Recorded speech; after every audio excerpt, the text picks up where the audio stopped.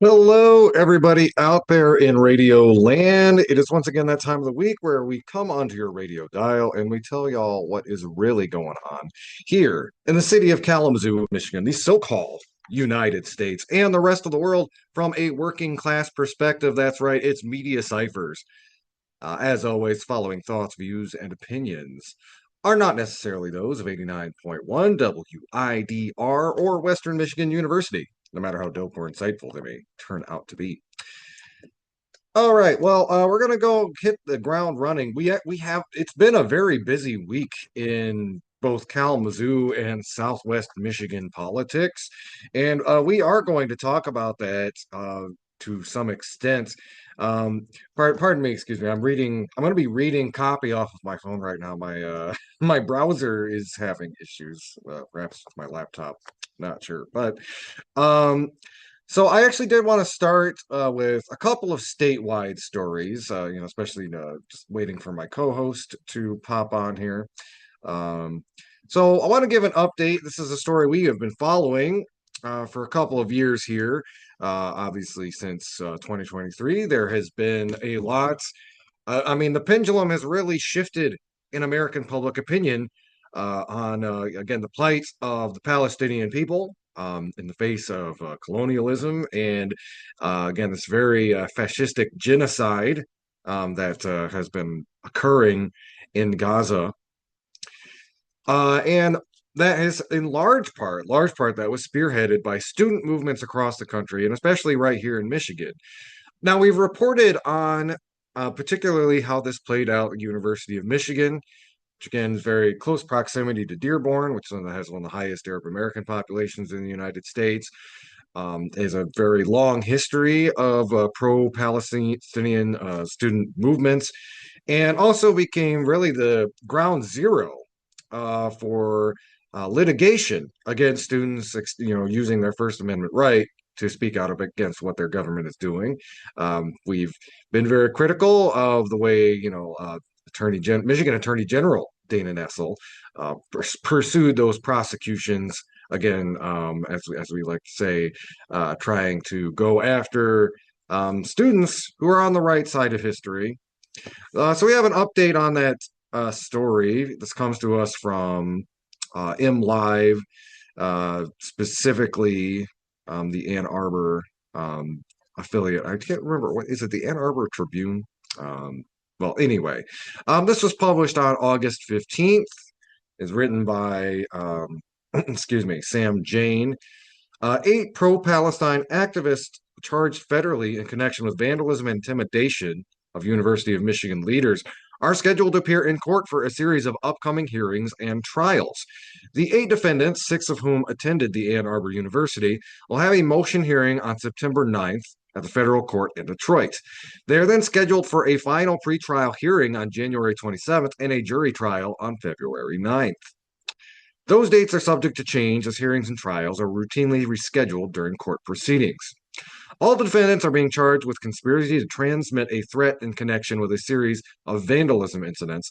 2 defendants are also being charged with related charges of witness intimidation, and 1 is charged with destruction of property to prevent seizure.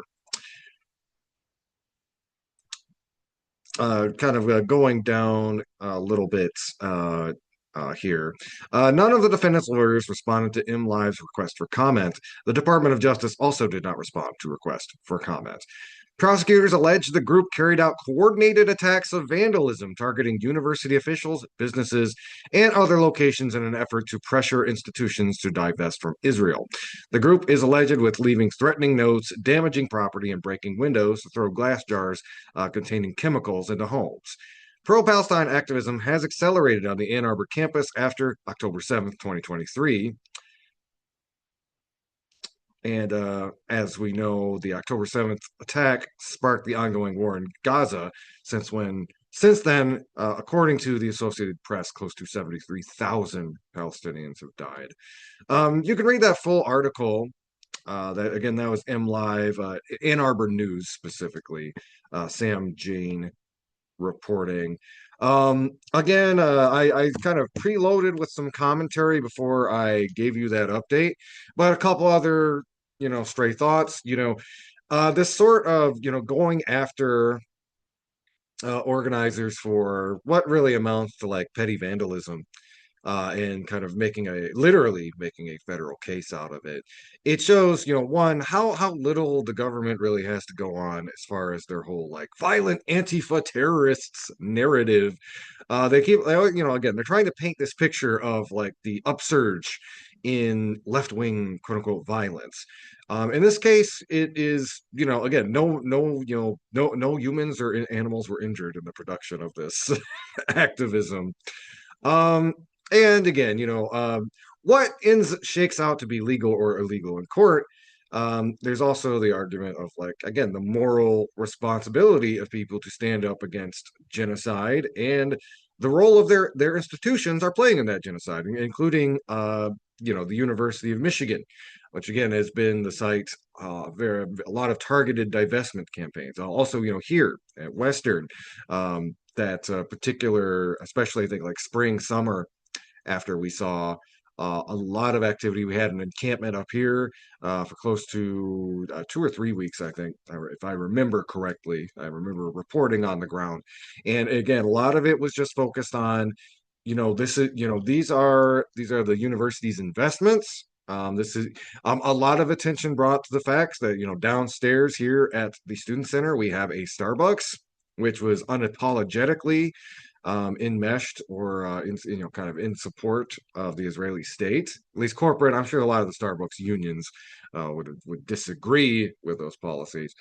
Again, power to the workers.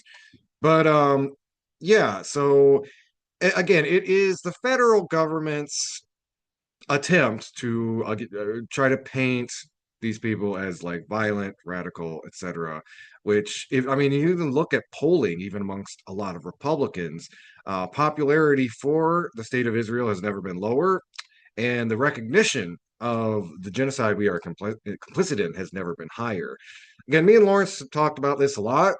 Just, we've been doing the show since 2016, and there's probably no issue we have seen such a tremendous sea change on than the issue of Palestinian liberation. The American public opinion in the last 4 years has really done just a complete 180 on it.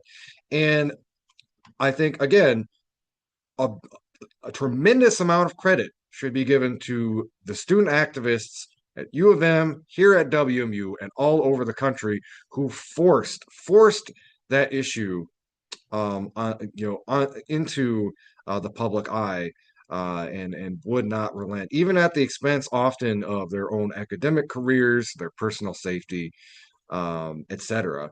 A lot of them, again, especially people students from outside the country, have been targeted by the Trump administration for detention or deportation.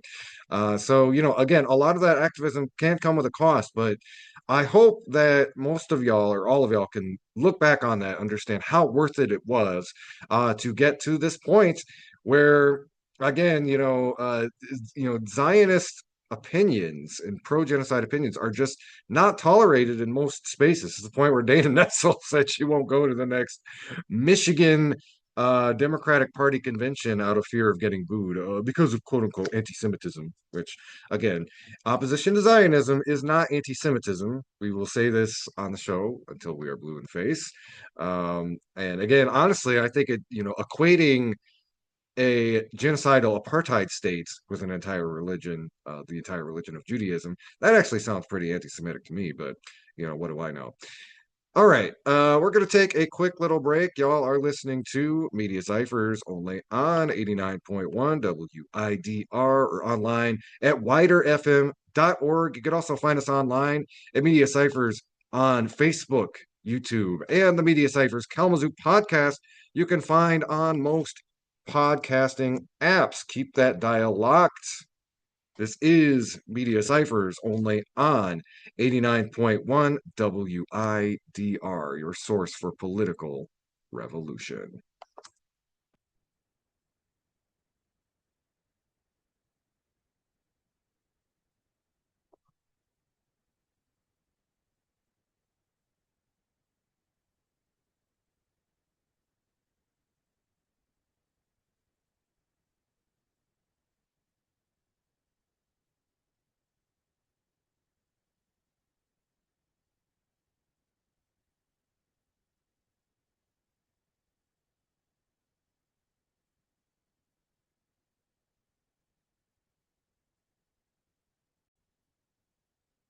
Hello again, everybody out there in Radio Land. Y'all are listening to Media Cyphers only on 89.1 WIDR or online at widerfm.org. Next story I want to talk to y'all about. This is another statewide story, and this comes to us from Michigan Advance. And I thought it was a pretty good analysis of kind of some of the repercussions from the big BS bill. And in fact, it came to mind because I went to the city commission meeting last night. I was not there for all 5 or 6 hours. It was, but one of the early speakers was just this really gut wrenching. One of our houseless neighbors talking about the situation that happened over on Edward Street last night with the evictions that were carried out. And one of the things they mentioned was, again, the work requirements for people on food stamps and SNAP, and just how much more difficult it is making it for people to get by. And it made me think again about this article from Michigan Advance that kind of dives into the numbers and the repercussions that the big BS bill, and particularly these work requirements, are having on working class Michiganders. So, this is written by Julie Cassidy. It's published August 6th. Michiganders are going hungry in the wake of a federal food assistance cuts. Just over a year after the passage of the so called One Big Beautiful Bill Act, Michigan families are feeling its harm. The federal mega bills cut billions of dollars in food assistance and health care for struggling households to give further tax breaks to the ultra wealthy. While good jobs remain hard to come by in Michigan and food prices continue to rise, the bills and will continue to rise, especially as we are in this quagmire situation in Iran with the Strait of Hormuz. I'm sorry, this is a very brief aside. Um, I do want to do a fuller report on kind of what those economic repercussions are going to look like. It doesn't look like we're going to be getting out of this war anytime soon. The Iran has basically decided they're not going to talk to president. They're not going to talk to the American president until we pick somebody who's sane. So who knows when that's going to be. Um, so we're in the long haul, and it's going to hurt. And I was doing some research. I'm going to give you guys a full report on what to expect. I mean, the reason I bring it up is the long and the short of it is everything's going to get more expensive. A lot of food, all the food is going to get more expensive. Some is going to get more expensive by a lot, some by some, but everything.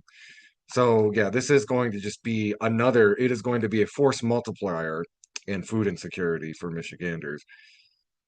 Anyway, as those food prices continue to rise, the bill's new layers of red tape have contributed to the loss of benefits under the SNAP program for more than 145,000 Michiganders. As the bill strips grocery money from families with the least, it will reduce the annual tax bills for the top 1% of Michigan households, that is, those with incomes of at least $715,000 a year, by an average of $49,220. So the billionaires are saving what is the equivalent to my yearly salary. Good for them. And a bunch of people, almost 150,000 people in Michigan are going to be going hungry. That does not sound like a very nice trade-off to me. I mean, I guess it does if you're part of the ultra wealthy, but yeah, that's um, again, if we're trying to do this thing called society, and I'm gonna just tip this to any billionaires or millionaires who are listening. In order to keep society going, you got to have at least like some bread and circuses. You can't just stop throwing out the bread. That's when the pitchforks start. Anyway, federal law limits adults without disabilities to 3 months of SNAP benefits every 3 years, unless they prove they're working at least 80 hours per month. Before the bill, people 55 and older and parents of minor children were exempt from the time limit. The bill increased the upper age threshold, that's the big BS bill, by the way, from 55 to 65 and narrowed the parental exemption to those with children under 14. The result, one in every three Michiganders who have lost SNAP benefits following the passage of that bill is a child. Kids already face disproportionately high food insecurity rates, making the targeting of their families for cuts extra cruel. The bill is also worsening the growing hunger crisis among older adults. From 2021 through 2024, which is the most recent year for which data is available, the number of Michiganders ages 50 and older experiencing food insecurity increased by 59%. And disabled people are losing vital food benefits too. Although they're exempt from the work requirement, SNAP's definition of disability is one of the narrowest of any safety net program. It leaves out many with significant and long term conditions and doesn't acknowledge that disabled people often face the greatest challenges in proving they qualify for an exemption. If you have ever interfaced with DHS, the process to get SNAP benefits or to get disability benefits is long, arduous, full of paperwork, doing the paperwork again and again, and back and forth, yada yada. I'll use a personal example. This is not directly related to SNAP, but it is DHS. My brother, as many of you know, he did a lot of work in the community as a peer advocate for a number of years. And he also worked at Celebration Cinema Movie Theater. Again, he really loved that job and being able to greet people, see people. But we needed to rearrange some stuff in his life. He couldn't do that job anymore.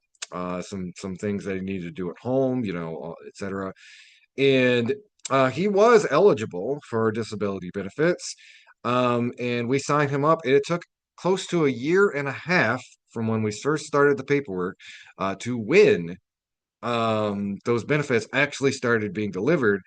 And this also meant months where, we had some money squirreled away, which is, more than to be said about most families.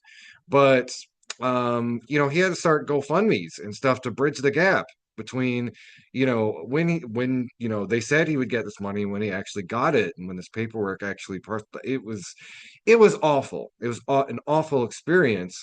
And my brother is one of the lucky ones because he has all this experience advocating for others. And, he had me who can kind of help him, drudge through the paperwork. But I think of people who don't have that kind of support, don't have that kind of experience, or don't have that kind of support network.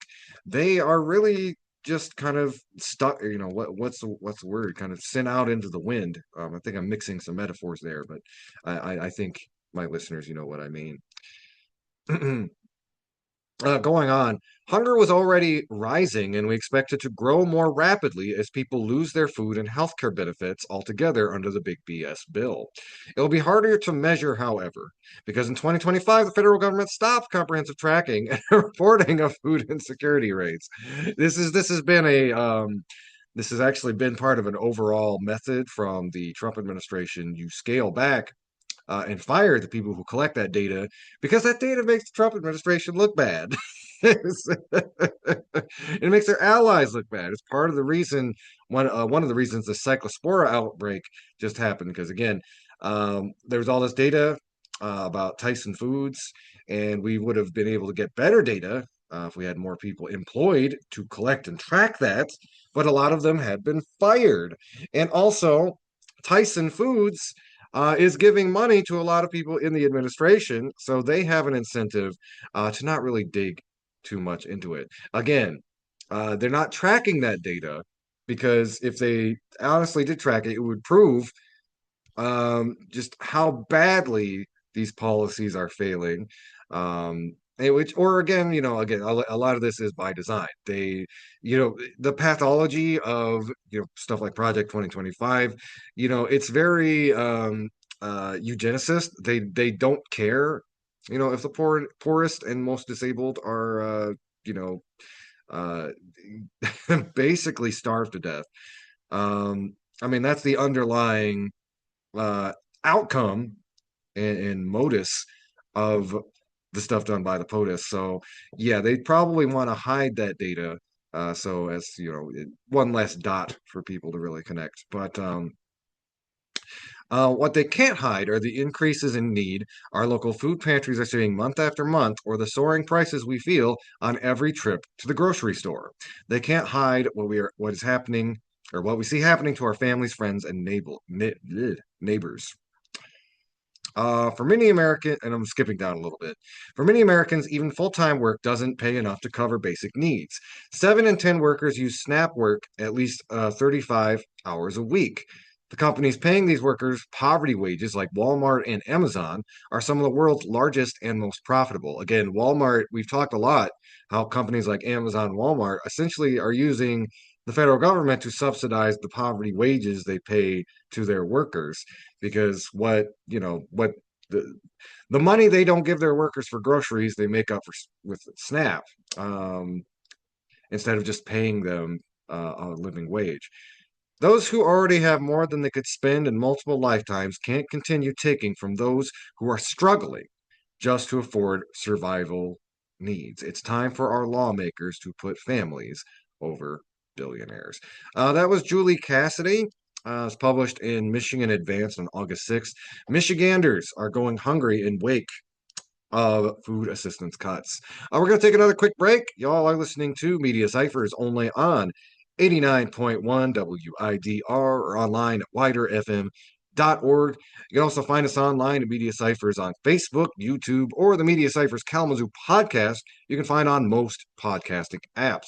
Keep it locked. This is Media Cyphers, your source for political revolution. Hello again, everybody out there in Radio Land. Y'all are listening to Media Cyphers only on 89.1 WIDR or online at widerfm.org. Joined now by my co-host Lawrence. Lawrence, how are you doing today? A bit under the weather, but I'm all right. We're gonna work it out. All right. I mean, thanks for taking time to come on the show.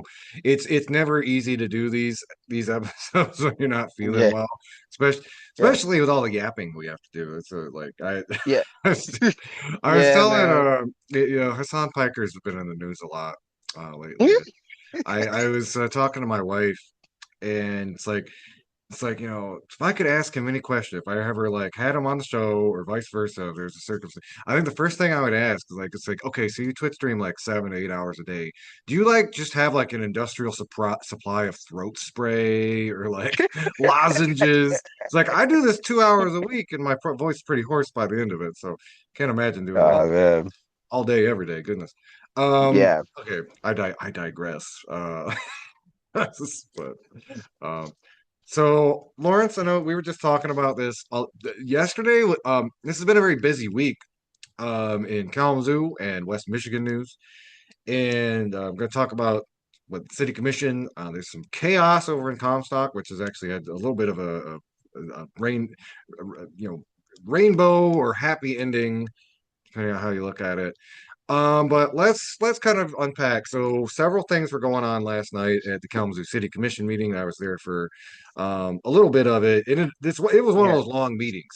Yeah, People I had a came lot to down. get to. I came at the very tail end of it. Oh, did you? Okay, because I was there close to Yeah. the beginning. So we have like we can a little Yeah. stereo. But yeah, I left around 8:30. But yeah, it ended up going pretty deep into the night because there were three main things people were really pressing on. Is the AI moratorium, the flock cameras, and the eviction of the houseless over on Edward Street last week. That's it.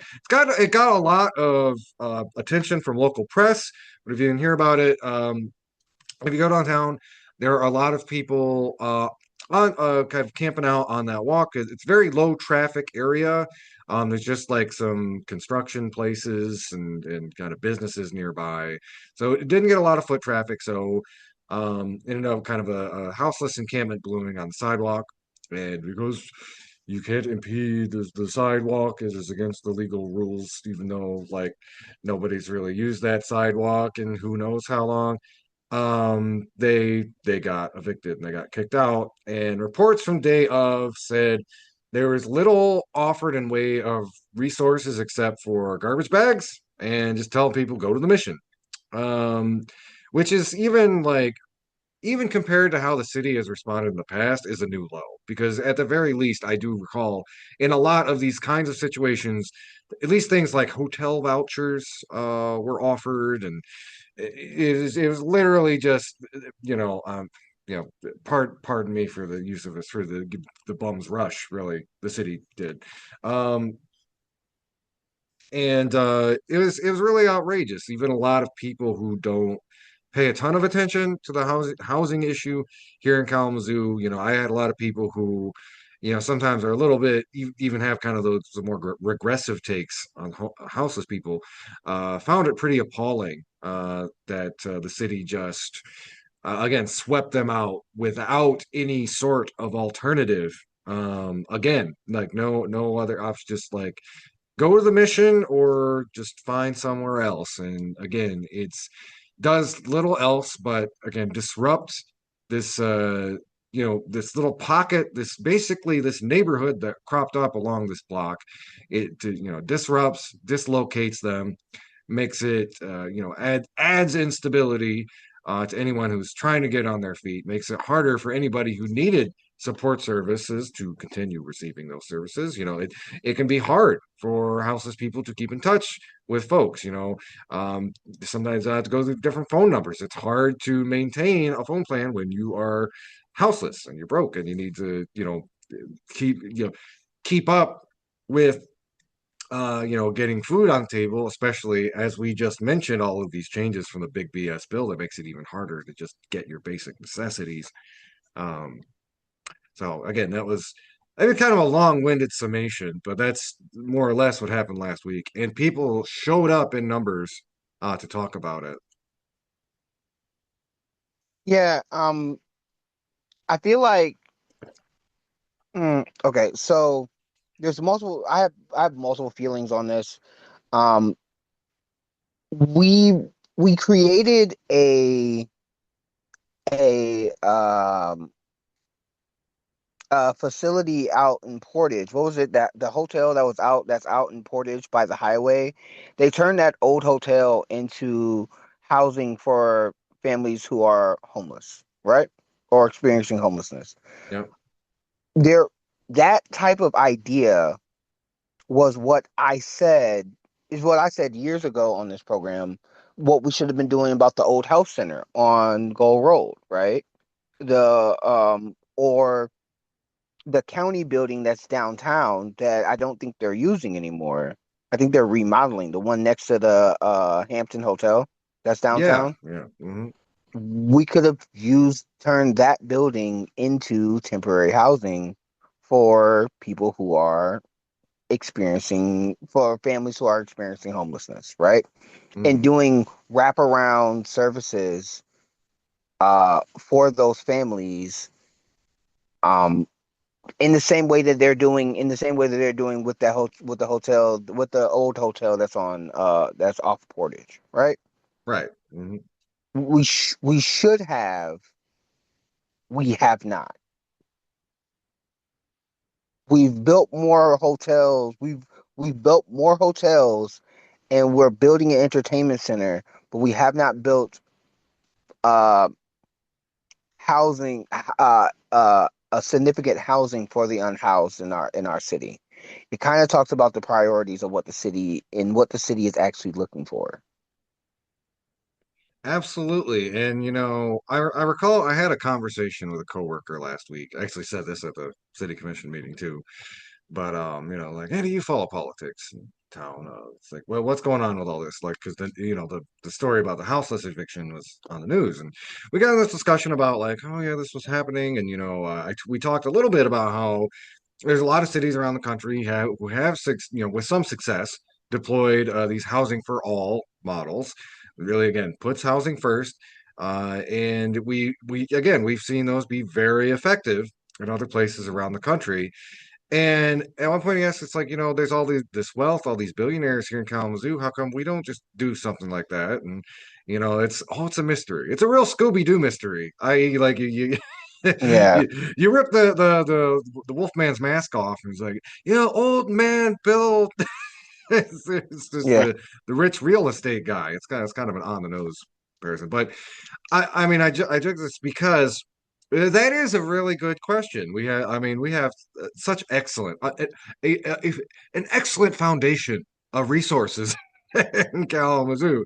Yet we can't seem to really make headway on the issue of houselessness here in Kalamazoo, and it is a bit of a head scratcher. And I kind of put that, we should put our challenge our elected officials about that, of course, but I think it is also incumbent on us to challenge, again, one of the big reasons that we have this foundation for excellence model funding our city budget is, the billionaires do have a lot of leeway on, and it might not be explicit, but like kind of where they want that money to go.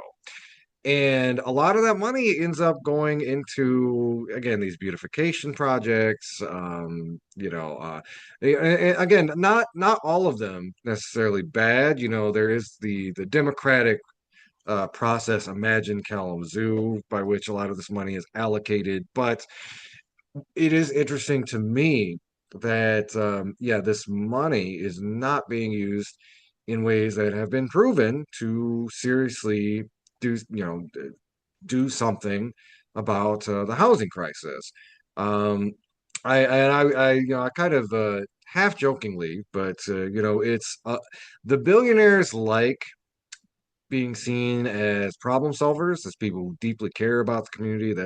It's part of it. They see themselves as kind of like white helmet style billionaires, but they're not class traders by any stretch of the imagination. And I really don't think they have much interest in doing something that's going to help. Quote unquote, the peasants.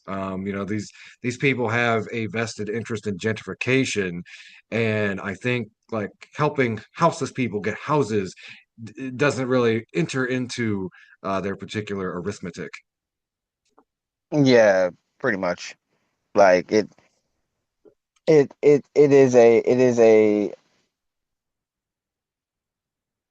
I feel like because there's no money in it, we tend to not focus on it.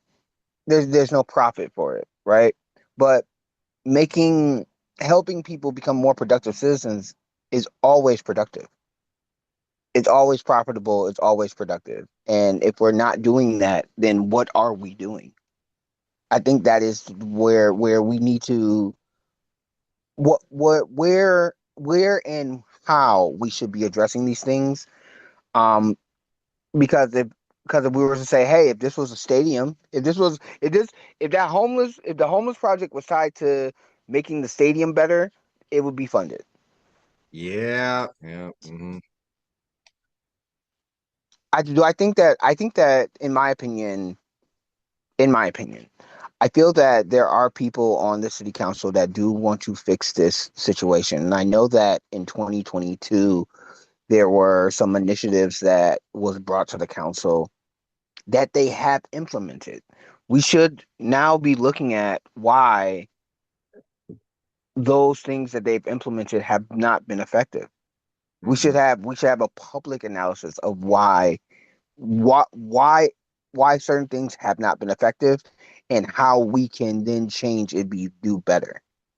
There Yeah, should be an organization. There should be an organization in our court in Kalamazoo that could focus on this. That's not some volunteer organization. There should be some government organization that should be able to focus on how we make our city more feasible for those who are less fortunate.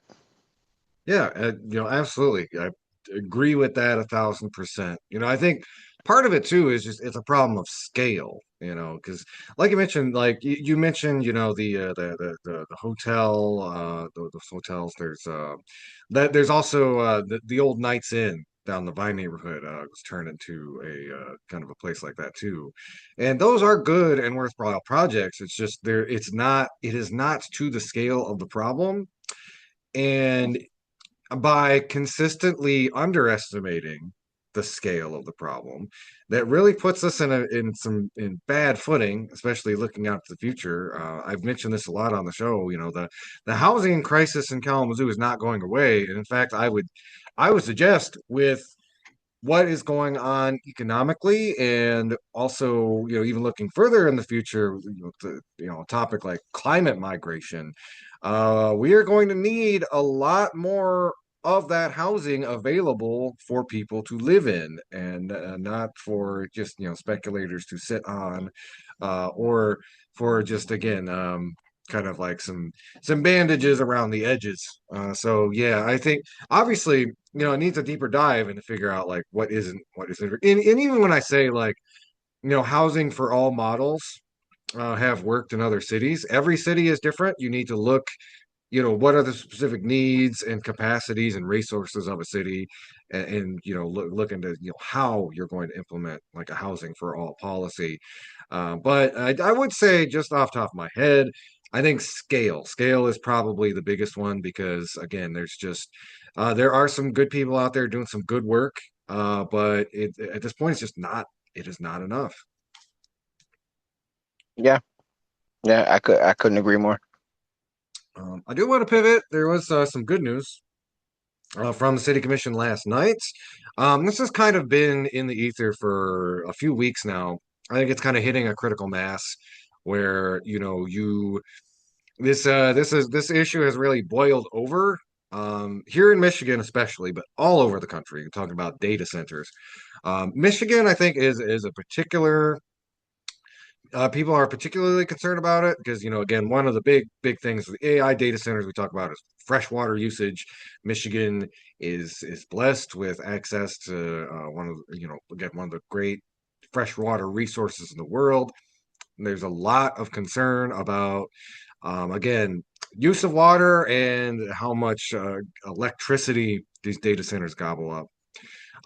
Unanimously, Kalamazoo City Commission passed a 1-year moratorium on data centers, which I'm really glad is unanimous. I was kind of wondering if we were going to get any dissent, but it is. I mean, it's like a 75-25 issue, which unless you're running to become governor of Wisconsin, you're probably not stupid enough to get on the wrong side of. We'll talk about that later. But Yeah, yeah. yeah. But that's good. This kind of came, especially into prominence. There was a dispensary, I believe, in the Millwood neighborhood that's talking about selling their facility to a data center, because they have some things in common as far as like uh, power usage and capacity at these dispensaries with data centers. But yeah, it's good to see the commission be responsive, and I think they really made the right call on that one. Um, I will say a moratorium does not necessarily mean that we're never going to have a data center in town.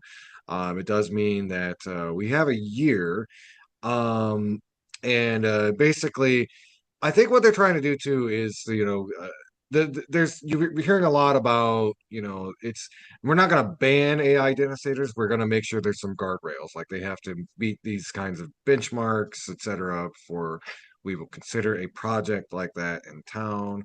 Um, that kind of goes into a broader question of like, the utility of AI technology to the working class, and let's say it can be used for some positive things. I don't want to over like we have seen, it's very good, say, in like healthcare, making up, but again, a lot of the things AI is being used for now is email. So it's yeah, it probably didn't make their best foot forward when like the AI people basically just really, it's like, yeah, we're gonna replace all your jobs with AI, and then we're gonna spy on everyone. Wait, what do you mean you don't want one? You don't want a data center in town? What? Surprise Pikachu! Like, wait.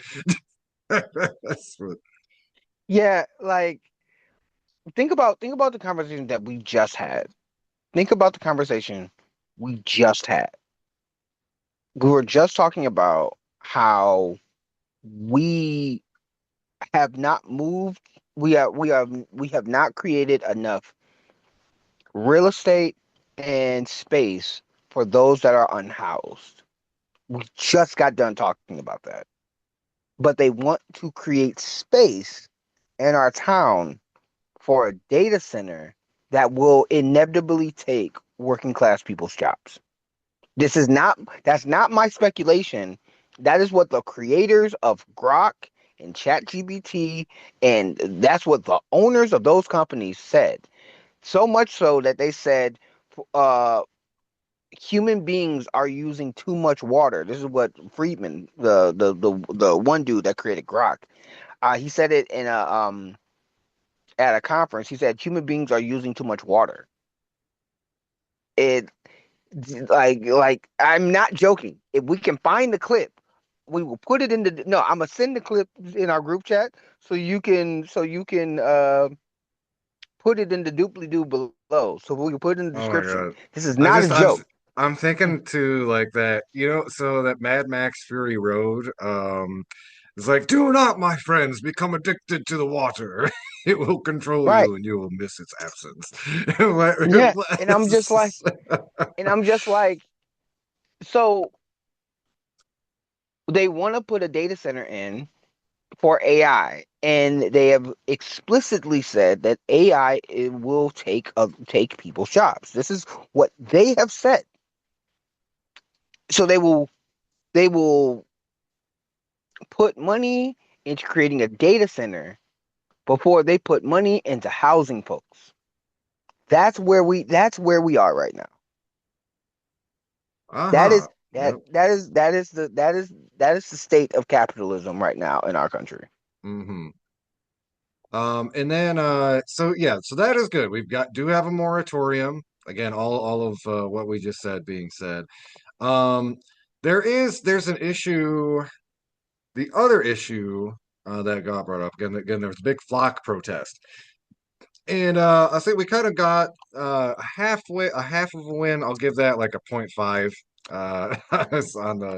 on the W scale because basically, and let me look up the exact wording here, which might take a second because my computer's being slow, but essentially.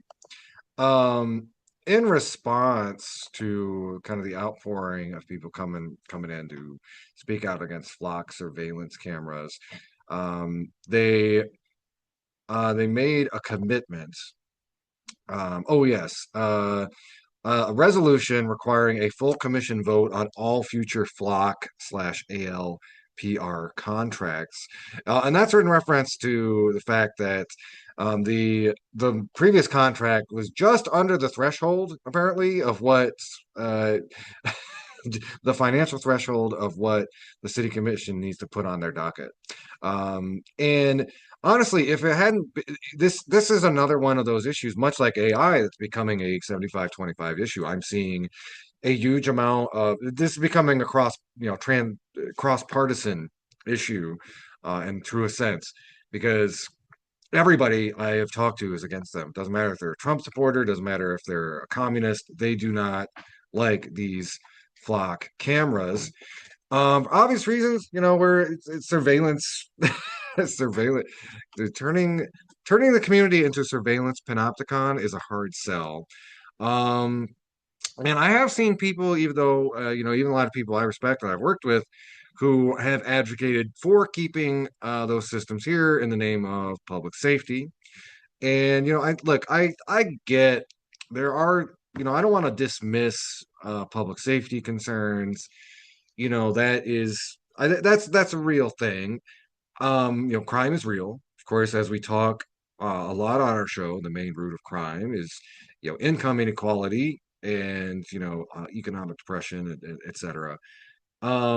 However, I would argue two things. One, I think the degree to which surveillance cameras stop crime is often overstated. Look, my own anecdotal experience, like I used to have cameras at my apartment.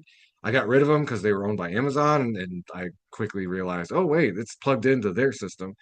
But we had porch pirates, and like a lot of times they just look right at the camera. It's like, what are you gonna do about it? It's just like, but I mean, that's just the anecdotal. But when I was talking to the city commission, I did my like 4 minutes up on the dais.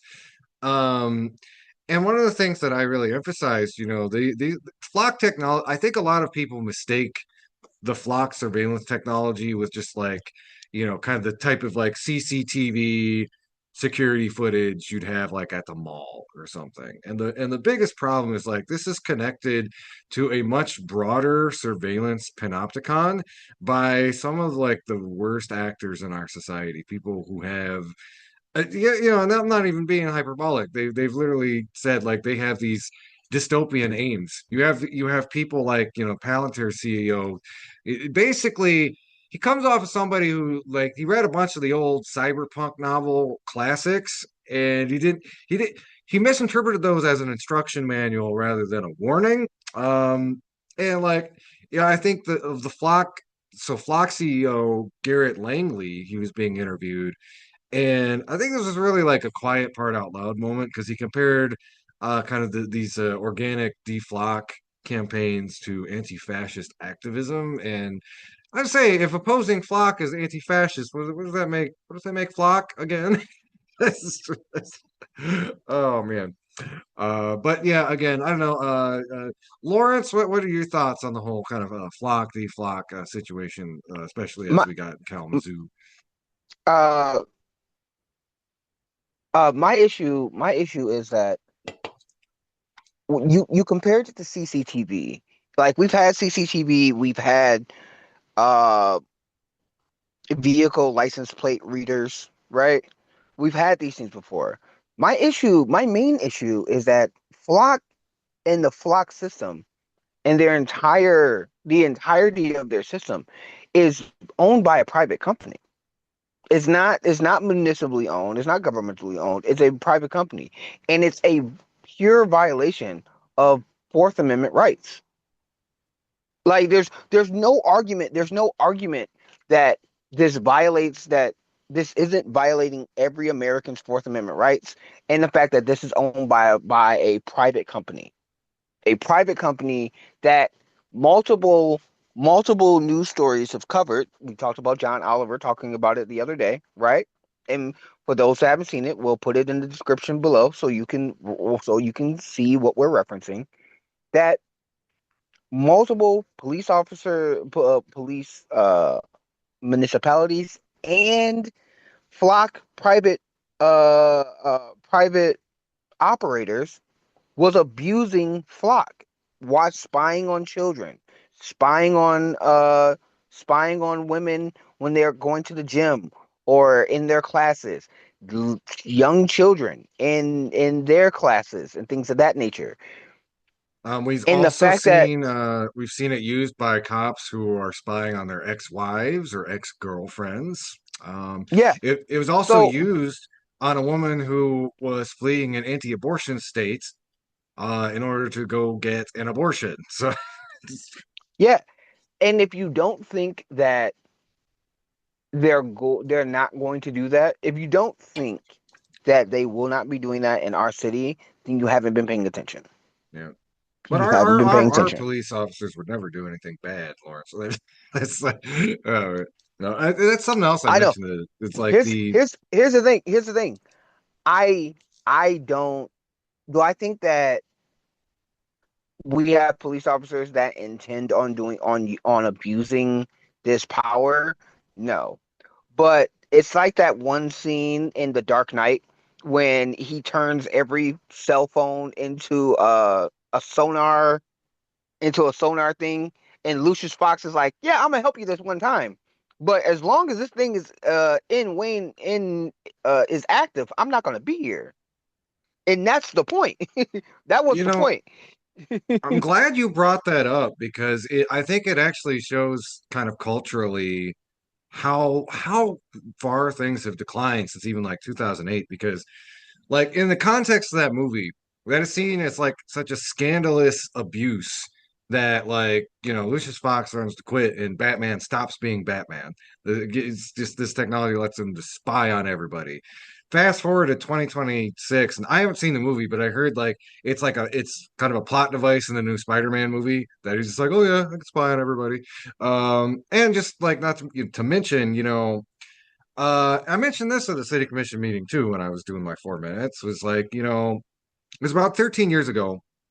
We all found out Edward Snowden let all of us know, like, yo, the government is spying on everybody all the time. Um, and as I remember, people were pretty upset about that. Everybody was.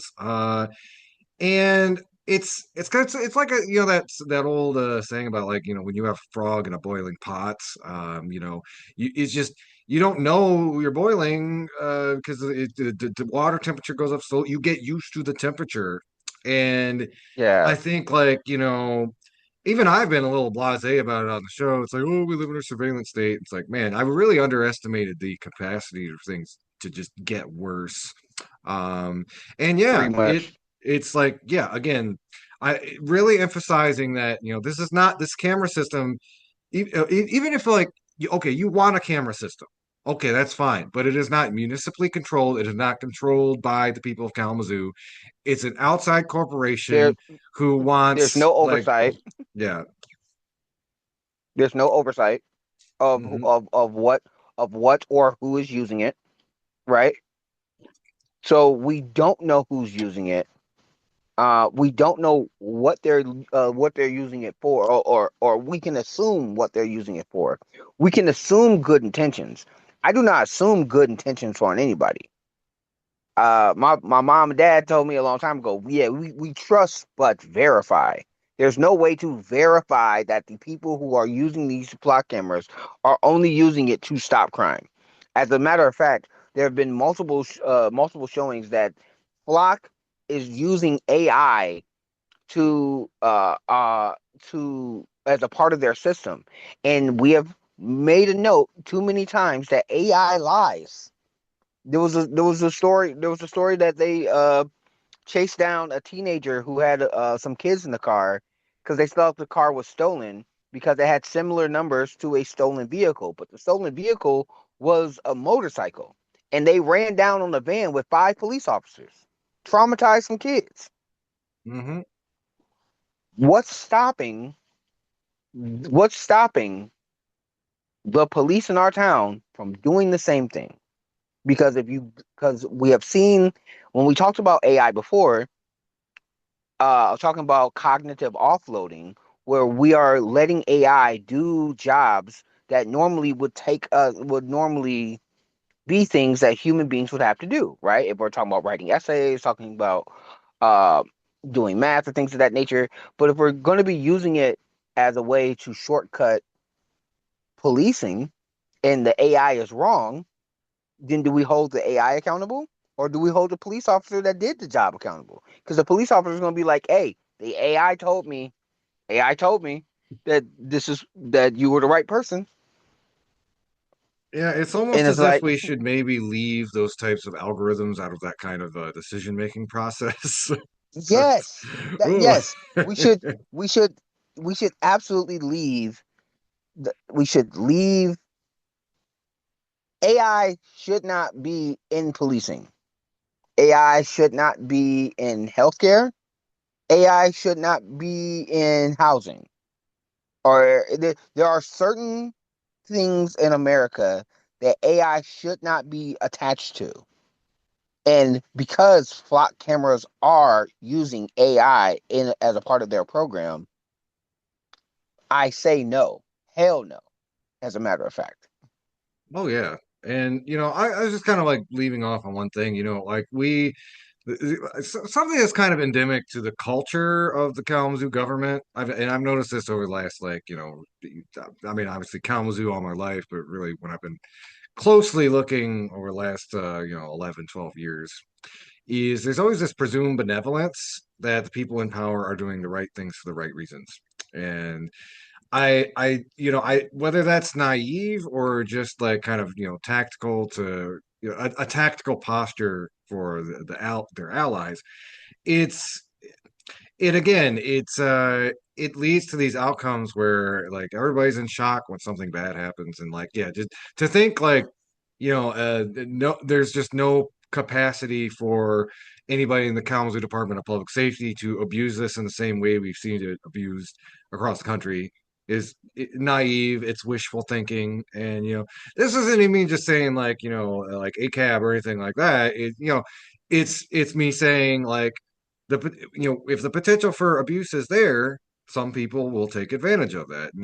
There's also, and I brought this up too, and I really want even if you're listening to the show, if you know people who, because I know people who have supported like our show, and people who've supported like my previous political activities who I disagree. They want Flock to be in town for safety and security reasons, and I really think it needs to be emphasized that you know even if you support the general idea of surveillance cameras, that is not the end all be all of what Flock is. It is an integrated system that is owned by a company which is ran by people who want to basically take our society in the direction of like techno feudalism. They want to turn us into serfs. Like it is not. This is not. You do not create community safety by inviting wolves to guard the hen house, and that's essentially what Flock is. Um, and I think it's just really important to underscore that like the people pushing these technologies are fascists, and they're openly saying it. They're saying like one or two Silicon Valley guys should just get like a digital crown, and everybody else should just do what we say. Democracy was a failed experiment, stuff like that. We should not let those people sell us anything. And again, the community can have its own conversation about cameras, but anything, those systems need to be controlled and kept in the community, because otherwise, I also mentioned, it wouldn't be that hard for ICE or Trump's Department of Justice to get or demand access to this technology, and it kind of makes us vulnerable to that. Like imagine, a stalemate a couple years from now. It's like we're going to take away all your federal funding if you don't give us access to your flock cameras, or maybe like Donald Trump will tweet about Kalamazoo and demand it or something. There's a lot of ways that I can go, but I need for Donald Trump to not look, do not come, do not, yeah, don't come. Do the Kamala Harris. Don't come. Don't come. Do the BP Harris. Don't come. yeah. But no. Also, when I was saying that reference, yeah, it was Jeff Bezos that said that in a speech, in a conference that he had. It looks like in France. Yeah, he said in Paris at a conference that uh, human consumption of water is slowing down the potential of AI. Yeah. So, Yeah, there's like a counter argument. It's like, look at all these resources. Well, humans need 18 years in food and stuff. Like, get that, God. I Oh, I need folks to understand that these billionaires have openly said that AI will be taking our jobs. We already have, like, I don't know if you've ever seen, like, there's already uh, drones that deliver packages for Amazon. There's already automated machines for forklift drivers and stuff. There's Myers and Walmart has self-checkout cashiers, right?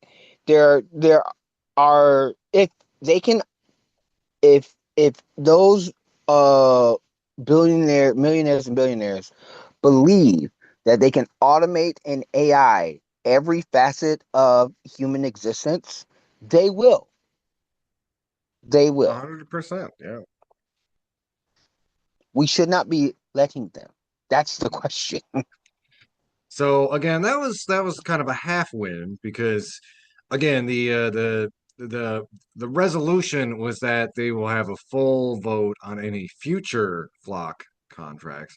What does that say about the flock cameras that are already currently here and its relationship to the how KDPS uses them. I think there's more to be done. I think there's more to again, it will have to be brought before the commission again, but it is worth something that, this is now something that the commission has to think about. It got brought to um, all of that's what organizing is all about. You bring an issue to your elected officials, and you basically say, like, we demand you pay attention to this, do something about it. And I think more needs to be done, but it is a step in the right direction. Yeah. Want to kind of pivot. So while we're on the topic of municipal politics, I'm not going to spend a ton of time on this one, but you might have heard there's just this crazy situation on the Comstock Township board. They've had three resignations in the last week, and there's a pretty good article from MLive that sums it all up. It's there's some drama going on, folks. It's like an episode of the real world. It's time for things to get real. Yeah. But I Oh get, wow. yeah. The long and short of it is, like, apparently there was like a four-person bipartisan voting bloc.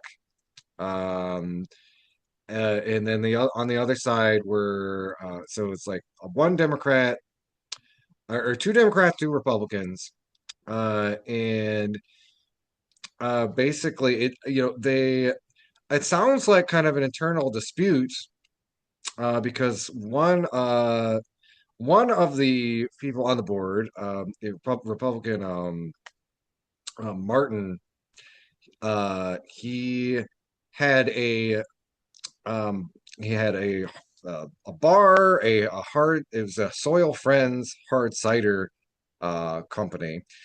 And there's apparently this whole fight about whether to renew their liquor license. So yeah, that sounds like, again, some messy mess between friends, enemies, and frenemies. And then that also spilled over into contentious battles over battery energy storage system facilities. I think we were talking about that a little bit on the show. There are allegations of violations of the Open Meetings Act. And then another kind of other high profile drama. They fired Superintendent Scott Hess in June without cause, giving him a $412,000 payout. Um, but apparently the citizens of Comstock are getting kind of tired of all this, and they did a recall campaign. Um, and that the public pressure from that ended up leading to those resignations. Now, because of all of these resignations, the Comstock Township Board lacked quorum. They didn't have enough people to, like, actually maintain the city government. And this is where this story takes a very positive twist. And this was literally breaking earlier today. But I can't remember how much we talked about Bill Korb in the run up to the primary, but he was running to basically take on Matt Hall, who is the current one of the current what is it, Speaker of the House in Lansing. Unfortunately, he lost that. He did not win that election. I think it was something like I think he lost by like somewhere between 10, 15 points, which was too bad. But he was really a really solid guy. Had very progressive politics. He was definitely part of. I don't think he was a DSA member necessarily, but kind of like progressive adjacent, same way that like Abdul is. But yeah, he again very focused on like affordability and workers' rights, and the environment. He still has his Michigan State Rep page up if you want to find more about what Bill was all about. But because of all this drama, the Kalamazoo County Election Board needed to find somebody to fill. They needed somebody to fill a seat like immediately. And on a literally on a coin toss, I think it was between um, Bill Korb and what's somebody named Wilgenhoff. I don't know too much about them, but Hmm. yeah, Bill Korb won the coin toss. So now, because of a bunch of internal drama. Comstock has one of the most progressive township board members it's had in I actually, well, I don't really know. I don't know too much of the history of Comstock, but I assume he's probably more progressive than anybody they've had in a long time.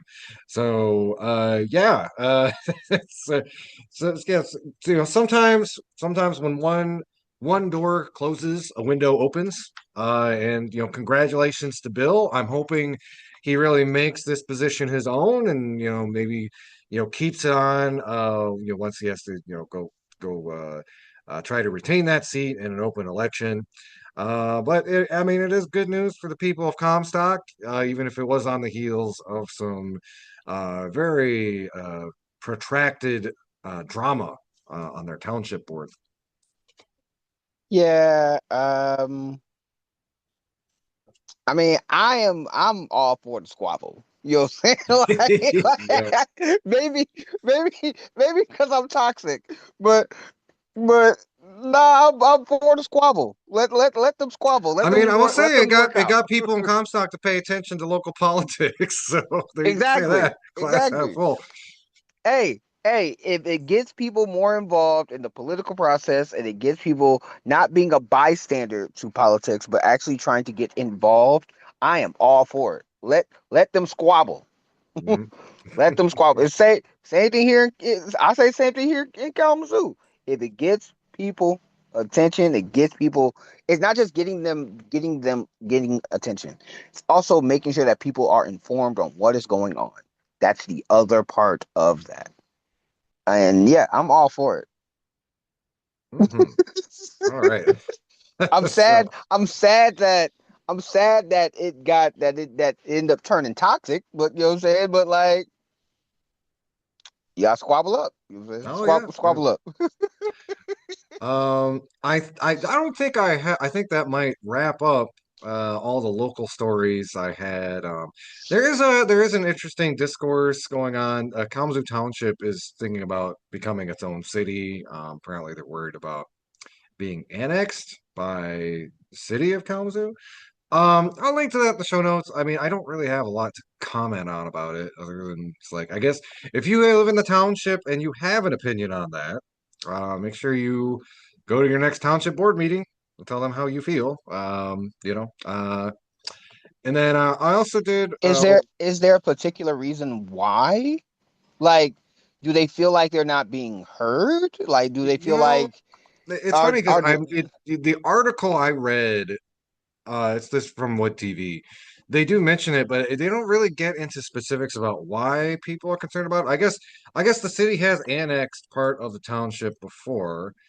Um, there might be some stuff going on behind the scenes that is kind of making this prominent. I'm not sure what if I don't know if the city's got some eye on their land or but um, according to the article, they said, so what we know from our legal counsel, there is a risk through those exceptions for potential annexation because apparently when a township is sitting close or adjacent to two fully incorporated cities, it is legal for those cities to potentially annex parts of those townships. And um, I guess what excuse me, township supervisor David Combs said that there's concern that could happen, and we have no interest in allowing pieces of the township to be annexed by Parchment or Kalamazoo. Um, but I don't know, it's kind of confusing because towards the end of the article, they talk about joining the city of Parchment as one of their options because it's like, well, what? It's like I thought you were trying to so yeah, it I might try to see if we can interview some folks from the township to kind of get a better sense of like what is causing this concern all of a sudden because I'm kind of curious about this myself, but article itself didn't have too much of that information, just like basically stating like this is something they just said at a meeting and they're thinking about trying to incorporate themselves as a city. So like that's why I'm confused. I was like, did someone hurt their feelings? Did they yeah, did yeah. did are they Are they doing this because they don't want to pay? Like they want to be like kids to get off my lawn? Like I don't Yeah. understand. I need to do some more research because I'm Yeah, like I don't same. understand what the problem is. Hmm.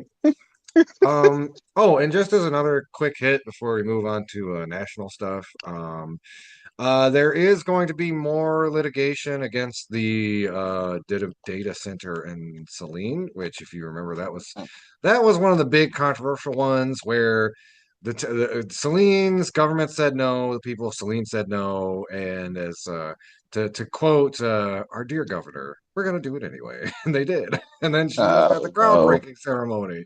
Uh, but Ah, Jesus. there are some private individuals who are filing suits in a bid to stop the Saline data center from getting a tax break. And, I think a lot of people in our circles, they sometimes they'll poo-poo legal activism as a route, but anything that gunks up the works against these billionaires, especially like these AI corporations, is great news. And I got to applaud.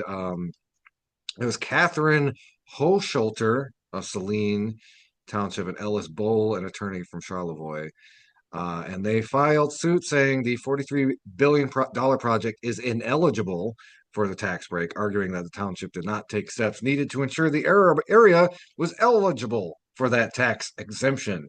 And I just want to say, like, uh, people in the movement, we need people in the movement who could be out there in the streets. We need people in the movement who can kind of tell the news, but we also need people in the movement who are really good at reading fine print and kind of can catch these tigers by the toe. Because like that is a useful tool. If you can like beat them at their own game in that way. That is really useful, and I salute the folks that are bringing suit against OpenAI and all them who are just like not so fast. Let's just say Yeah, that. yeah. What was the other thing? There's a couple different stories. Here's a quick hit.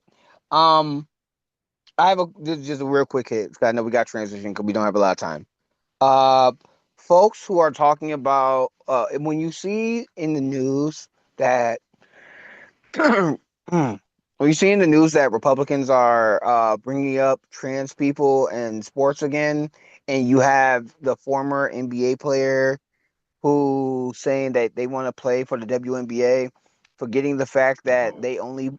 that the dude only was in the NBA for 3 games. He played 3 games and scored 0 points.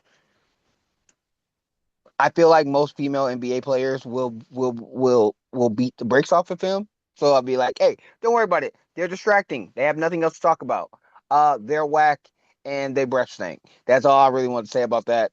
You don't really know anything about sports if you truly believe that a person who could not score a point in the NBA could go to the WNBA and dominate.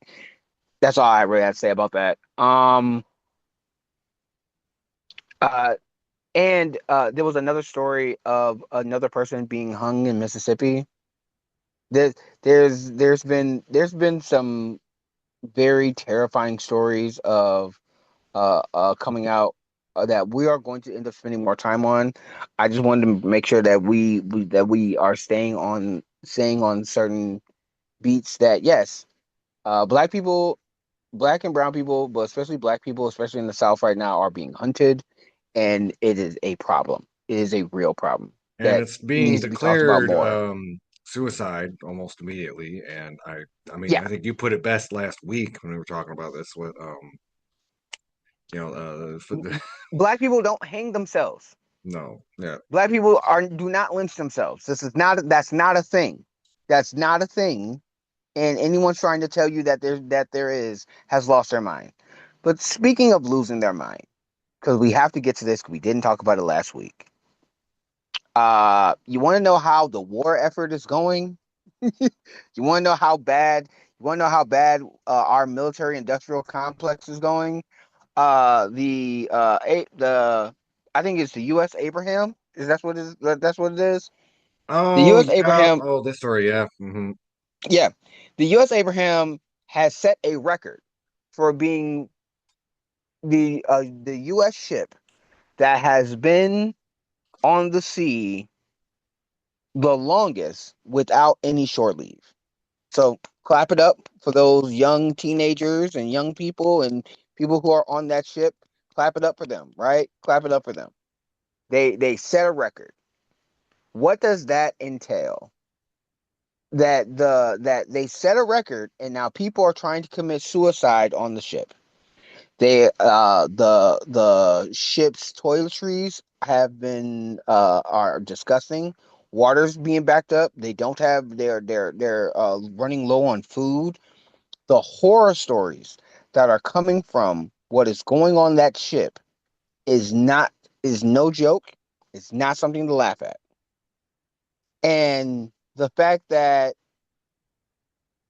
our mainstream media spent time and Fox News spent time insulting these naval officers, these volunteer officers, these people who put their lives on the line to protect our country.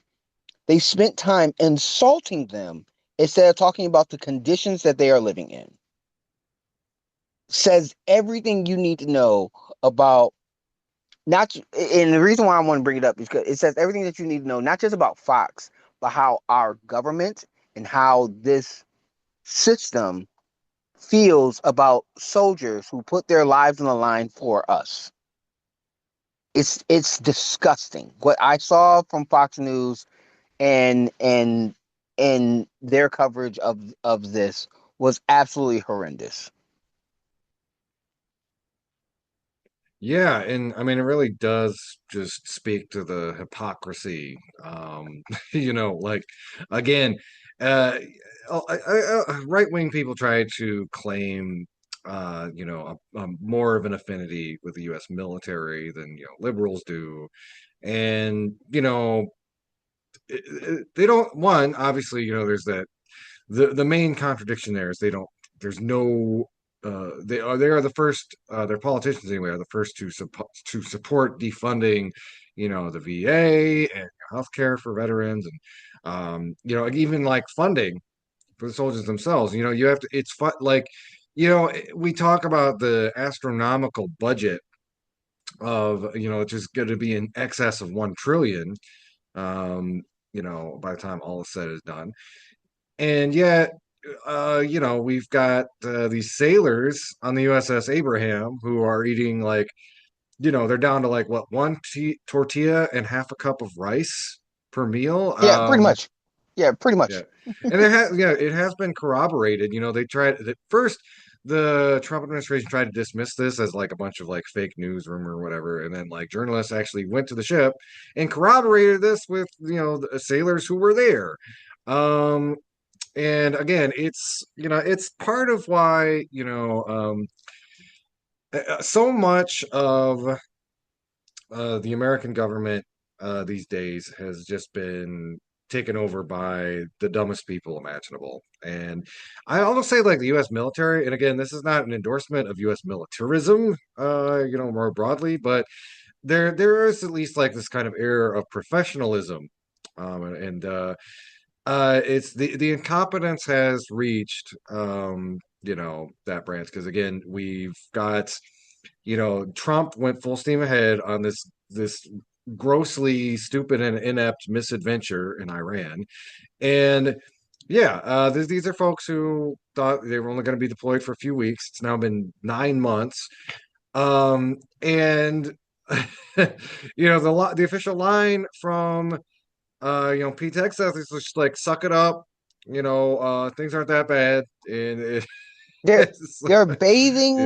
yeah. They're bathing for people to understand how bad this is. If if if what was going on in the U.S. Abraham happened in a prison, was happening to prisoners, we would say this is inhumane. What are we doing here? Right? Hmm. This is happening to soldiers who may or may not be putting their lives on the line because of this war, or because of the war that we are in. This is happening to the people who are supposed to be the best of us. And I'm sitting here like, oh, So all that patriotism, protecting the troops, you know, all that good talk thrown out the window, I all think out the window. there's a tweet from was it Pedro Gonzalez, and I shared this on my own Facebook, but I think he summed it up really well. Trump is a unique authoritarian in that he seems to be trying to make the military hate him more and more. That is one good thing about him. He has strongman dreams of absolute power, but he's also very stupid. It's funny. Facts, Oh man. facts, Mhm. absolutely, 1%. Mhm. Like, Yeah, no exactly. Like think notes. about that. Like, if it does push comes to shove, and he's like telling the army, it's like, you gotta defend me from the revolution or whatever. And it's like, you think they're gonna forget that you had them like starving on a ship with stale tortillas? Dog, they are bathing the water on the ship, like the toilets on the ship yeah. are backed up. They're not working. Just So for you have historical context too, I think like the lead up to the Russian Revolution. You had a lot of Russian soldiers who joined in revolution because of the horrific conditions they faced both at the front in World War One and just like at home where they didn't have supplies, they were mistreated, they were starving, and like when what is it when the czars were like, "Oh, help me! The big bad Lenin and his people want to take over." At that point, the soldiers were like, "That sounds like a you problem." Uh, right. yeah, Like, hey brother, seems like you got an issue there, yeah, you know? yeah. Like what's going on with you? You good? Mhm. You good? You need some help? That's what it sounds like to Mm, me. yeah. Nah, but like, yeah, that story is insane. I think the thing that made me the most disgusted was like I said, watching Fox News pundits try to explain to their audience that the soldiers complaining about the inhumane conditions is what's making them weak. Not the inhumane conditions being inhumane. Not the fact that they've been out there for so long. And I also want to remind people, a lot of those volunteers, the young people that are on that ship, we're talking about 18, 19, 20 year olds. 18, 19, 20 year olds. You're going to lock 18, 19, 20 year olds up on a ship for over Mm, 6 months yeah. Oof. and expect them not to what? And in inhumane conditions, and you expect them not to speak up? This is why I said before, the people who should be most mad about what's going on right now is the Green Party. People, this is a great opportunity to get people to see that leftist ideology, that progressive ideology, people who in radicalizing people to more socialist, progressive, maybe socialist Marxist ideology is the right idea. Black Marxism in particular. Uh, Mhm. but uh, but it I find it irritating that because I want to remind folks, when you get home, when your soldiers get home, remember who were the people who were insulting your intelligence. Remember the people who said that your suffering was for a greater good. Trump recently came out in a rally speech saying, $4 gas, I'm never going to apologize for it. I'm never going to Oh, apologize for your suffering. That is Lord Farquaad Shrek type of villainy. Like when he said, "Some of you will die, and that is a sacrifice I am willing to make." That yeah. is literally what he is saying. That is Lord Farquaad, Disney animated movie villain type of logic. Type behavior. Yes. Oh my God. Yeah, Oh man. Oh. and this is Oh how man. you treat people. And I remind you, this is how you treat people who you've trained with weapons. And we are in a country where it's harder for you to get Sudafed medicine than it is for you to get a gun. And this is how you treat people who you've trained with weapons. and guerrilla tactics and military tactics. Yeah. Like, Mhm. come on now, come on now, y'all are playing with fire. You are Mhm. playing with fire. Yep, no, absolutely. And again, we'll keep tracking this story because while like as of right now, this story is just starting to bubble up, but as time goes on, I think this story is only going to snowball and pick up steam, and we might be looking at an intensification of pushback against the Trump administration from the U.S. military and Navy if they keep up this nonsense, basically. So. Okay, so this is my speculation. This is Mhm. my pure speculation, and I'm only saying this as a hypothetical. If the soldiers on that vessel were to get captured by Iran, and Iran actually starts feeding them actual food, treating them more humanely than our government has. What do you think the mindset or psyche is gonna happen to those soldiers? What do you think those soldiers are gonna feel like, or gonna or how do you think that's gonna mess with the mind of our soldiers? Mhm. I don't I want I'm saying this because I don't want people to be harmed. Also, at the same time, I want this war to end. I I want this conflict to end. But I also don't want to see our soldiers being mistreated like their lives don't matter.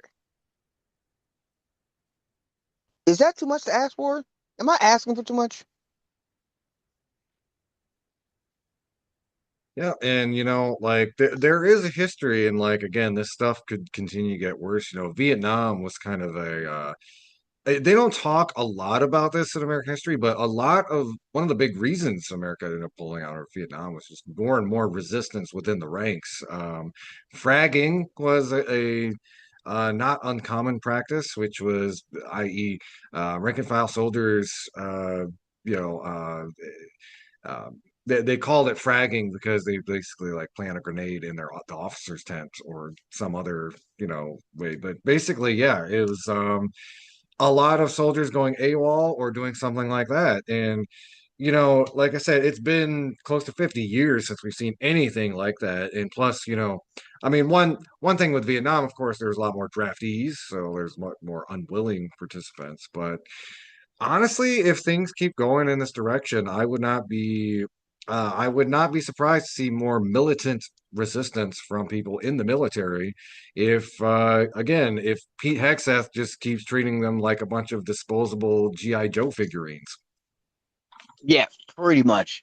Pretty much. And you wonder why recruitment for the armed forces have dropped. And that's the other thing that when you want to think about it.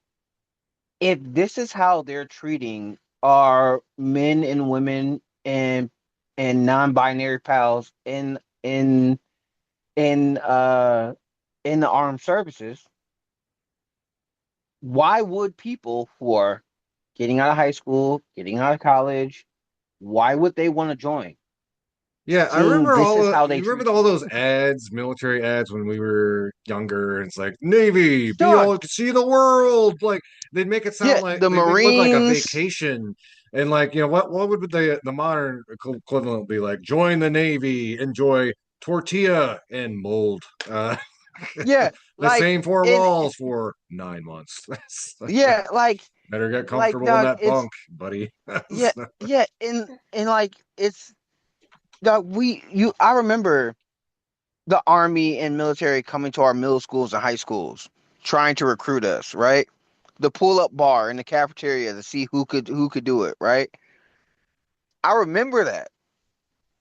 And now I can be like now I feel like with the next generation are the they're gonna look at the military when they come to those schools like, oh, so they those kids should be asking, hey, do you condone or do you agree with the inhumane conditions that the soldiers were being put in. You agree with that? You cool with that? Were you okay with that?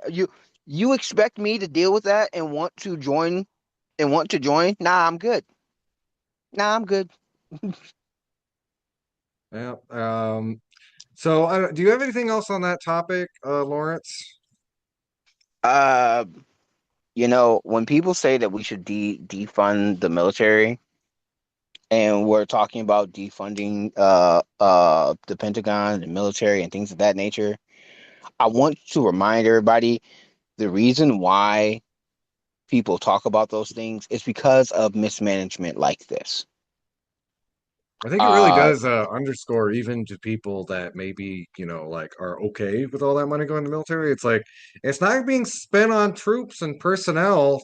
It's mostly just like again, mostly just pork barrel projects, so that yeah, Northrop Grumman and Raytheon can make more money. They really yeah, this really exposes that because it's like military's getting trillions. Where's that trillion going?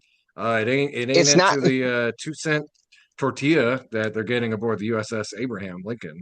Yeah, yeah, dog, they're not getting toiletries. They're not getting soap to wash themselves. So you got funky people. You have Yeah. funky people who cannot use the shower, who cannot use the sink because the water that is being recycled is the same water that they are defecating in, using the bathroom in.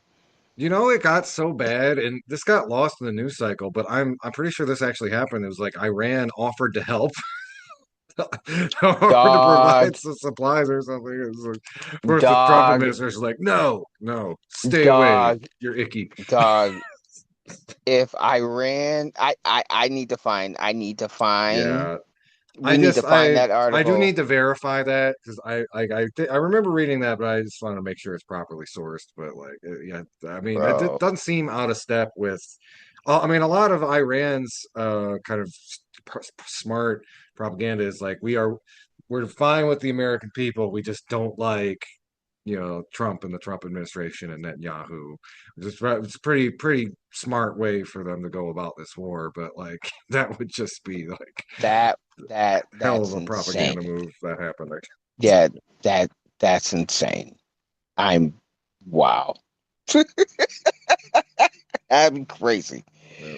Anyway, So I wanted to ask you a little bit. So this is going back from the Strait of Hormuz back here to the Midwest.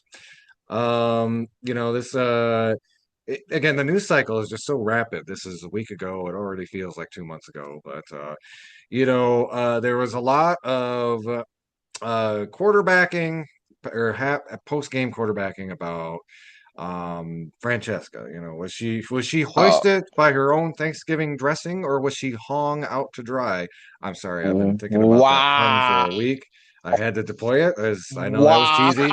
God, Yeah. wow.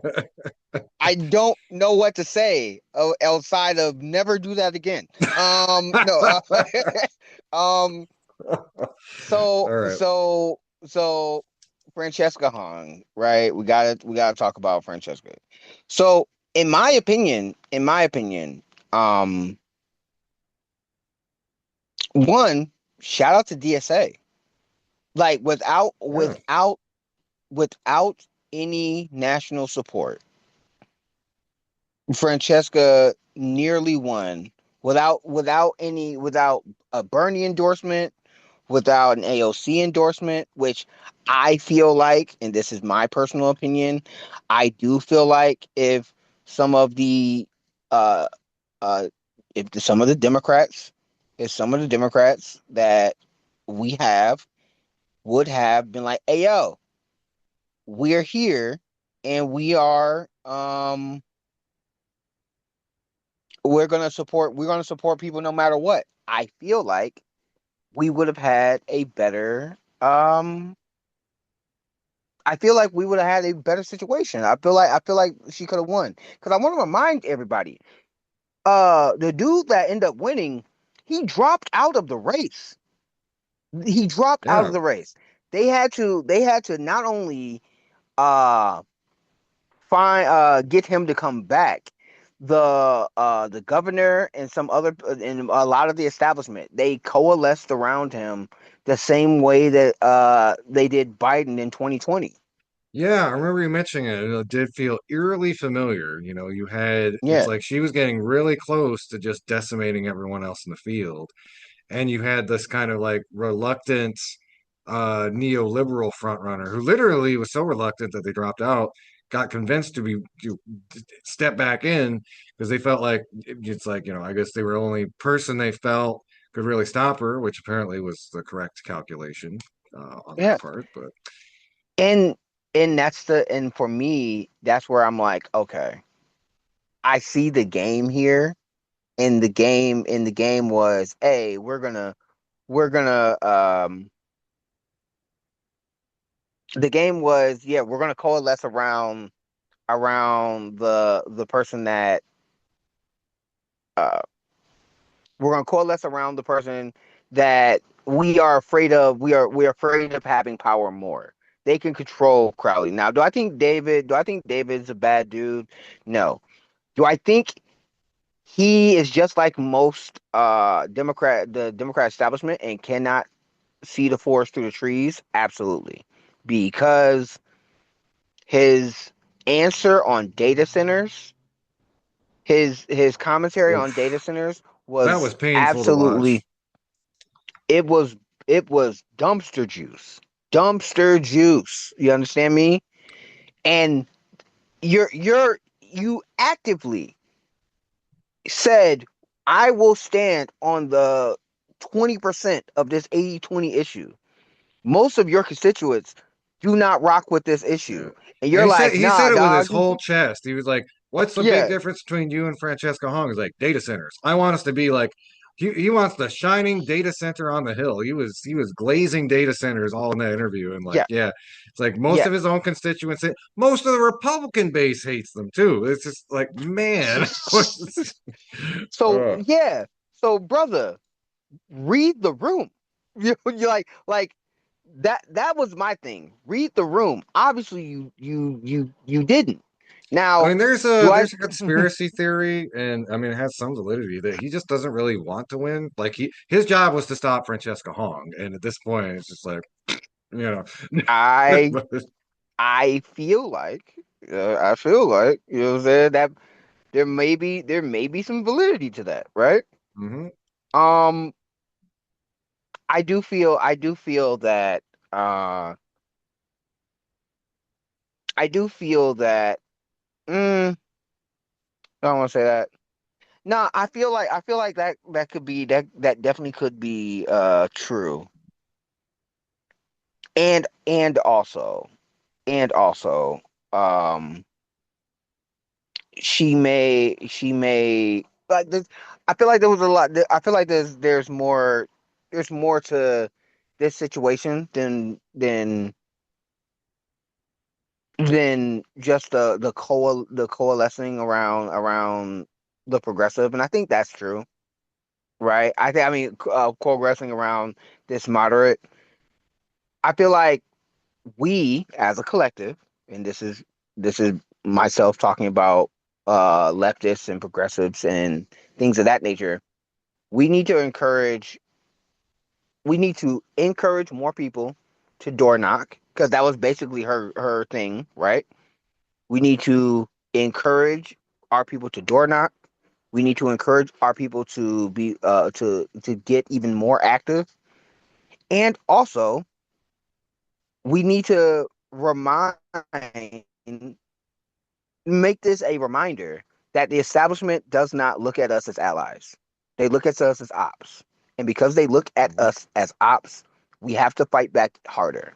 And also, we need to have our representatives, the Democratic Socialists that are in Congress, we need them to be more bold and back candidates like Francesca. Because if the worst thing you can say about her is that she had a take, she had a take about Thanksgiving that people don't like, okay, cool. Argue against some of yeah. her other policies. That's I the kind only of thing. on that note, I think like it's a good maybe spend a little bit of time talking about the media response to that Yeah. election. And also, yeah, just the huge amount of emphasis on something she tweeted about Thanksgiving a couple of years ago. And like, you know, it's again, it's part of this double standard, and they're really using it again with the so the again, God, I've heard way too much about Hassan Piker in the last 2 weeks. All the but part of that whole thing is this double standard of uh you know trying to associate people with their wildest tweets. Francesca Hong talking about kind of Thanksgiving as a colonial holiday, et cetera, et cetera. And people point to that, oh, that's why she lost. And it's like I would look. I'm just gonna make a guess here. I would say most people don't really care about this, like the sacredness of Thanksgiving. I mean, it's nice to get a day off and spend it with your family and eat a nice meal, but Thanksgiving by any other name would smell just as sweet. And she wasn't talking about just like canceling a day off, like that it's ridiculous. I don't think, and again, they'll focus on this because there's this median voter that exists in the imagination of the mainstream media that cares about like kind of these schlocky, American traditions and this and that, blah blah blah. And most people aren't tuned into that. They're tuned into like what do my groceries cost? Like what's going on with these data centers that are gonna suck up all the water? Like more immediate concerns over what somebody, the history of Thanksgiving or somebody's opinion on it. It Doug, the fact that we heard more about her take, we heard more about her tweet about Thanksgiving than people heard about her policies. Even yeah, so much so that I don't know if you saw the debate that they had. All of the other people that was in the race was basically doing milquetoast versions of her policies. It was milquetoast versions of her yeah, policies. I would also tell what no, I would also say is that I need our candidates, progressive candidates, to not be afraid to squabble. Francesco, in my opinion, was a bit too nice to everyone around her that was trying to take her head off. You have to actively and consistently fight back because they're going to take everything that you're saying in bad faith, in absolutely. my opinion. And everything in bad faith, and again, deliberately trying to like take all of the wrong lessons. I think a part like Abdul, a lot of his appeal is that he is a little bit more, he's more feisty and honest. I think about when he just right after Sky News was asking, it's like, oh, Donald Trump says you're full of the S word, and he just clap back like, at least I don't let it go in the Oval Office, like it's, that's some good energy to have. Right. I I do think I it. would have added yeah, and making everyone in the room suffer with your stank ass. Yeah, yeah. I feel like that would have been too Michigan, but I feel like that would have been the most Michigan answer. I like too how the media. I mean, I don't like. I'm being sarcastic. The media is really framing this as like this is the moment when the progressive insurgency was stopped, or it's very dramatic, and they kind of did that with our primary too. The fact that Abdul wasn't able to beat $10 million by 20 points means that the progressive movement it's stalled out. It's too close. This is a real failure for the socialists or whatever. And again, the media framing was very similar in the case of Francesca Hong, even though, as you mentioned at the top of the story, she had like no institutional support. It was literally just people power, nothing but people power and a little bit of money, and she came within 0.5%. Um, Now that's not as big a W as people would like, but that is a very big win nonetheless. And I think it really goes to show it's a really good barometer of the kind of power, people power that this movement has been gathering in the last 10 years. And we should take a lot of a lot of pride and hope out of that. That again, we are able to we got that close to having like a social democrat on the ballot as a governor of a Midwest quote unquote swing state. So don't let the media tell you that that's nothing, or that it's like some sort of sign of doom, or the trends are reversing in the opposite direction. And in fact, as more and more of these DSA style candidates are in ascendance, you're probably going to hear that more and more, because again, it is in the direct interest of the mainstream corporate media to push back against people with those types of politics and policies. Yeah, yeah, absolutely. We don't have time for the okey doke. We have to fight back. This is why, as you saw, Oliver Larkin has been on who's running in Florida. He's been putting BTA. It's been BTA every time he's been on every news broadcast. He is not playing out here. And I Oh yeah, agree yeah. with that. Hmm. You know, Yeah, we'll and see. and shout That's out. that's a big one. We only have 5 minutes, but there are primaries going on today. So if you're talking about Oliver, keep going. Yeah, Oliver's been on the news lately. He's been putting in work. Uh I find his politics absolutely awesome.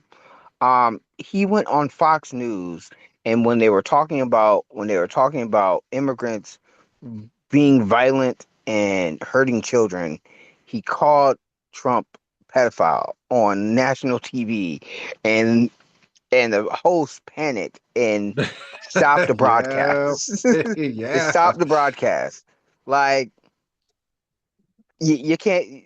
I can't ask for much more than that, right? Hmm.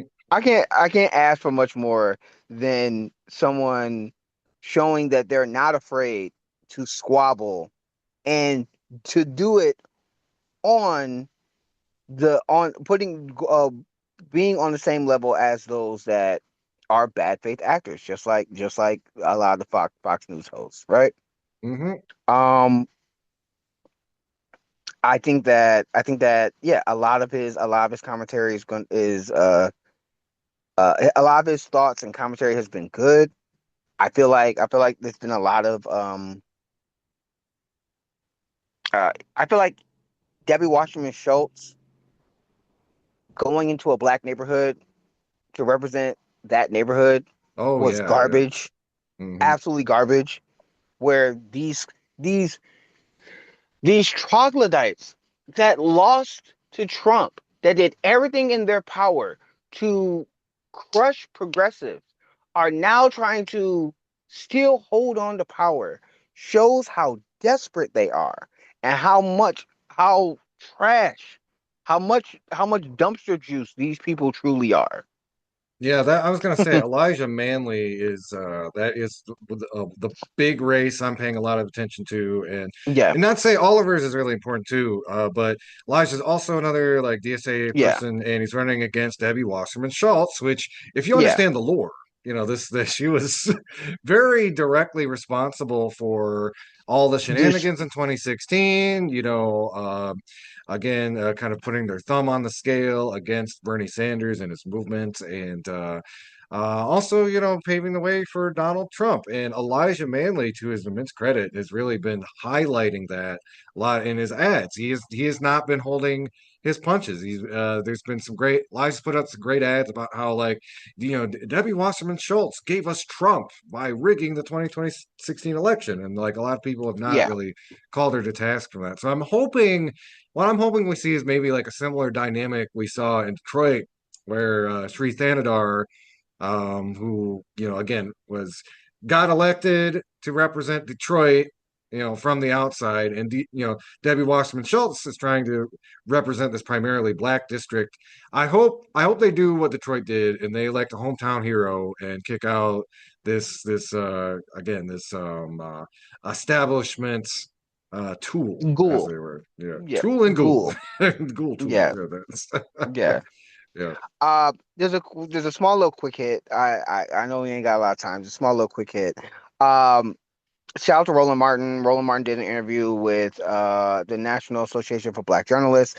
The National Association of Black Journalists had their national event where they are giving out awards for people who have been doing excellent work, black journalists who've been doing excellent work in the field, and they also have their Thumbs Down Award. The Thumbs Down Award, um, their thumbs down award is for highlighting organizations and or people that has harmed black people, misrepresented black people, or are damaging to the interest of of the black movement, black people across our country and sometimes around the world, right? Hmm. And there were some noticeable people.